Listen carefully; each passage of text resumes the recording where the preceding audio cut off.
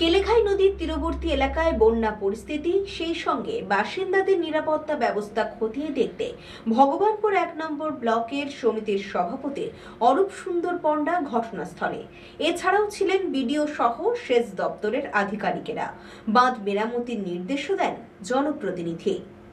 কেলেঘাই নদীর তীরবর্তী এলাকায় সম্ভাব্য বন্যা পরিস্থিতি, বাঁধ সংরক্ষণ, নদী সংলগ্ন বাসিন্দাদের নিরাপত্তা ব্যবস্থা খতিয়ে দেখতে ময়দানে নামলেন ভগবানপুর ১ নম্বর পঞ্চায়েত সমিতির সভাপতি অরূপ সুন্দর পণ্ডা।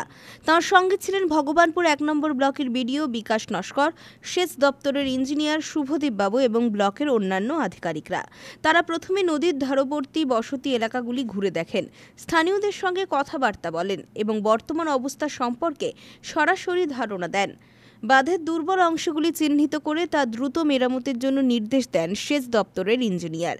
ইতিমধ্যেই কিছু জায়গায় প্লাস্টিক পত্র দিয়ে বাঁধ জোরদার করার কাজও শুরু হয়েছে। নদী পাড়ে থাকা পাম্প সেট এবং বালির বস্তা ব্যবহার করে ত্রাণ ও জলস্রোত নিয়ন্ত্রণের প্রস্তুতিও চলছে।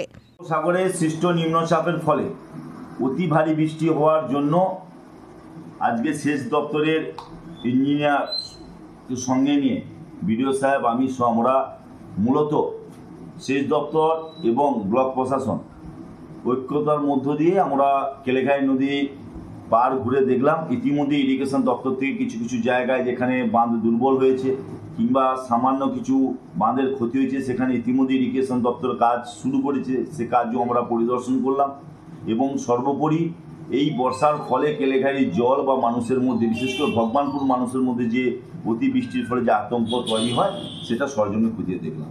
কারণ আমরা মনে করি যে নদী আমাদের কাছে আশীর্বাদ, এটা যেন কোনোভাবে অভিশাপ না হয়। তাই মানুষের নিরাপত্তার দিকে ভেবে আগাম সতর্কতামূলক ব্যবস্থা হিসেবে যা যা করণীয় তা সেচ দপ্তরকে সঙ্গে নিয়ে করা হলো।